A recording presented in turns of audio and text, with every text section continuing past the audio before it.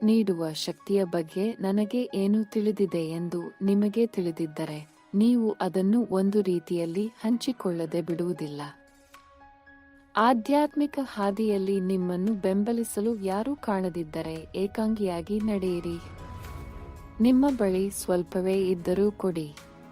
ಸಹಿಷ್ಣುತೆ ಅತ್ಯಂತ ಕಷ್ಟಕರವಾದ ವಿಭಾಗಗಳಲ್ಲಿ ಒಂದಾಗಿದೆ, ಆದರೆ ಅದನ್ನು ಸಹಿಸಿಕೊಳ್ಳುವವನಿಗೆ ಅಂತಿಮ ಗೆಲುವು ಬರುತ್ತದೆ.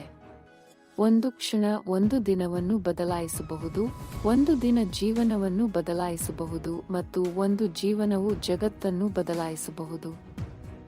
ಮನಸ್ಸು ಆಸೆಗಳಿಂದ ತುಂಬಿಲ್ಲದವನಿಗೆ ಭಯವಿಲ್ಲ.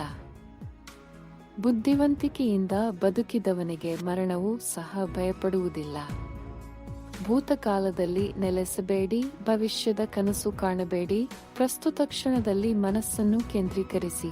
ಮಹಾಸಾಗರವು ಒಂದೇ ರುಚಿ, ಉಪ್ಪಿನ ರುಚಿಯನ್ನು ಹೊಂದಿರುವಂತೆ ಈ ಬೋಧನೆ ಮತ್ತು ಶಿಸ್ತು ಒಂದೇ ರುಚಿಯನ್ನು ಹೊಂದಿದೆ, ವಿಮೋಚನೆಯ ರುಚಿ.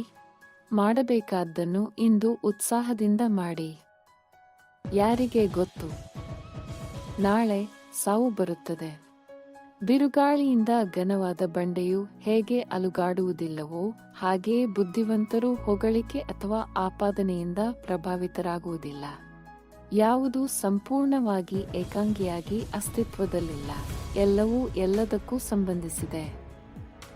ಪ್ರತ್ಯೇಕತೆಯಲ್ಲಿ ಪ್ರಪಂಚದ ದೊಡ್ಡ ದುಃಖವಿದೆ, ಸಹಾನುಭೂತಿಯಲ್ಲಿ ಪ್ರಪಂಚದ ನಿಜವಾದ ಶಕ್ತಿ ಇರುತ್ತದೆ.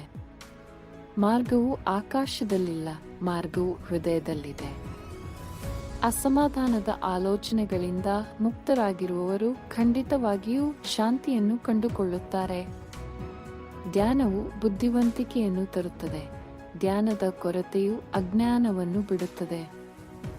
ಯಾವುದು ನಿಮ್ಮನ್ನು ಮುಂದಕ್ಕೆ ಕೊಂಡೊಯ್ಯುತ್ತದೆ ಮತ್ತು ಯಾವುದು ನಿಮ್ಮನ್ನು ಹಿಮ್ಮೆಟ್ಟಿಸುತ್ತದೆ ಎಂಬುದನ್ನು ಚೆನ್ನಾಗಿ ತಿಳಿದುಕೊಳ್ಳಿ ಮತ್ತು ಬುದ್ಧಿವಂತಿಕೆಗೆ ಕಾರಣವಾಗುವ ಮಾರ್ಗವನ್ನು ಆರಿಸಿಕೊಳ್ಳಿ. ನಾನು ಪ್ರಪಂಚದೊಂದಿಗೆ ವಿವಾದ ಮಾಡುವುದಿಲ್ಲ, ಬದಲಿಗೆ ಅದು ನನ್ನೊಂದಿಗೆ ವಿವಾದ ಮಾಡುವ ಜಗತ್ತು. ಸ್ನೇಹಿತರೆ, ನಮ್ಮ ಚಾನಲ್ ಅನ್ನು ಸಬ್ಸ್ಕ್ರೈಬ್ ಮಾಡಿ ಮತ್ತು ಸಪೋರ್ಟ್ ಮಾಡಿ.